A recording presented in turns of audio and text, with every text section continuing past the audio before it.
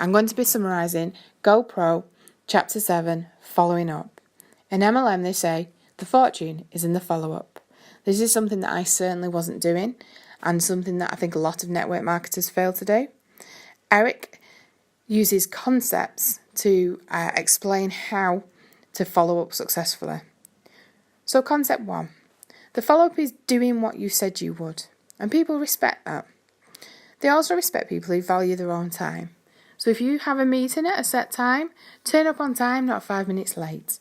And if the person you're meeting isn't there on time, you need to choose whether you value your own time enough to leave or to wait for them. He also talks about being organised. For me, I have a DMO that I do every day. I have set tasks that I tick off to make sure that I've done them and that I know that I can use during the nooks and crannies of my day. He also talks about running the business through a calendar. I've been using the 45-day grid. If you haven't seen that, I would check it out on our Facebook groups and maybe watch Emma Snedden's time management clocks because they're absolutely amazing. Concept 2. Exposure equals education, which equals informed decisions. The only reason to have an exposure is to set up the next one. Change your focus from getting the prospect to keeping the process alive. Now, not everybody listens to the exposure. If they didn't listen, use words like, okay, I understand, sometimes life gets busy. When do you think you can watch it? When do you think you can listen to it? Set up the next exposure. Get a date and get a time for the next call. Get a commitment off the prospect. And then repeat, repeat, repeat. So yes, the good news is they reviewed it. Brilliant. You're still not there. Now you need to ask leading questions. What did you like best? Focus your next exposure along their answer. If they liked the health, it's a product-related option that you're going to send them next. And if they liked the extra money, you would send them an opportunity-related link. Then you need to use one of this brilliant tool that I actually started using after listening to GoPro, and I've used with a lot of my prospects. Ask them on a scale of 1 to 10, where are you right now? 1 being 0 interest, and 10 being ready to start right away. If they give you a low number, then you're obviously going to ask them what they need to help them get to a higher number. If they give you a high number, go directly into your closing. Never finish without the next exposure. If you do, it's over. The worst thing you can ask is, what did you think?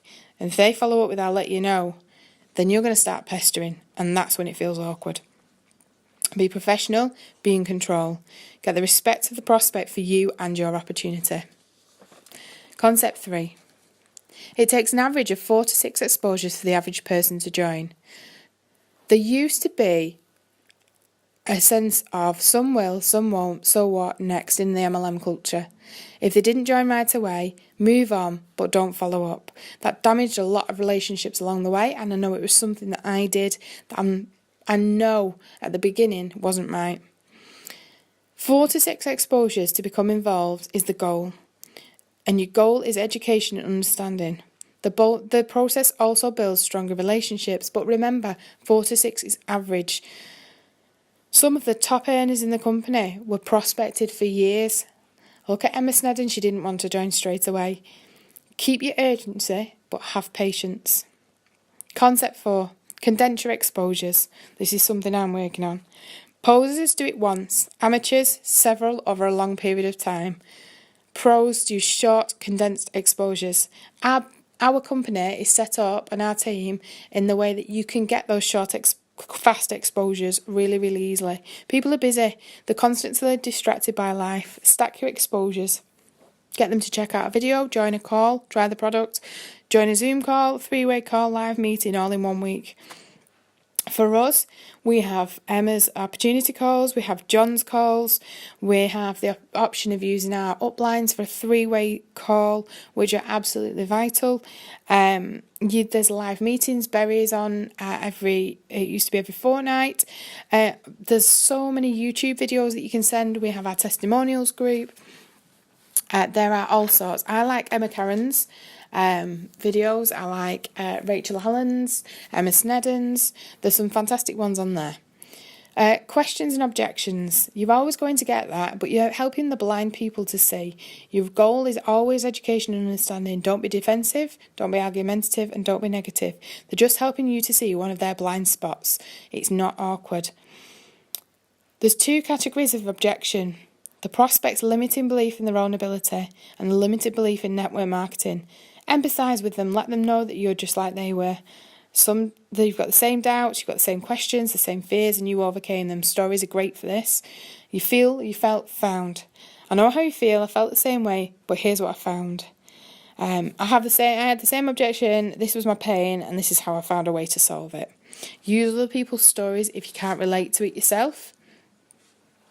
I know what you mean. I have a friend who had that exact problem. Let me tell you their story. If it's a problem with network marketing, you usually find it's back with emotion. Wait, you've got a story. What happened? Let them open up. Ask questions. Eric does this in the most amazing way. He goes in with open-ended questions that really get the prospect to think about whether it was them or whether it was actually network marketing. So what do you think was the reason you didn't have success? Do you think you really gave it a fair shot? Do you think it was network marketing or maybe not the right time for you? The pyramid scheme question does come up quite often. Is it one of those funny pyramid scheme things? Oh no, that's illegal. I'd never be involved in something like that. I love Eric's answer because it's mine as well. If they object because they don't want to bother their friends, if I could show you how to share this product without feeling like sales, would that help? The question with money can be quite difficult, especially if you're not earning very much in the business or you're just starting out. How much do you earn, or how much can I earn? Be really excited about your future. If I didn't change, my future wouldn't change, so I'm excited for where I'm going. Or tell your story and then someone who's successful story. Set up a call with those people because they're not going to object to it. Listen, there's nothing new here. You're going to get the same objections for the rest of your career. If you can deal with those, then you've got it nailed. Our goal is education and understanding. And this is the part that makes the goal reality. If you can do this, you can do anything. Go for it. Go out and change some lives. Good luck, guys.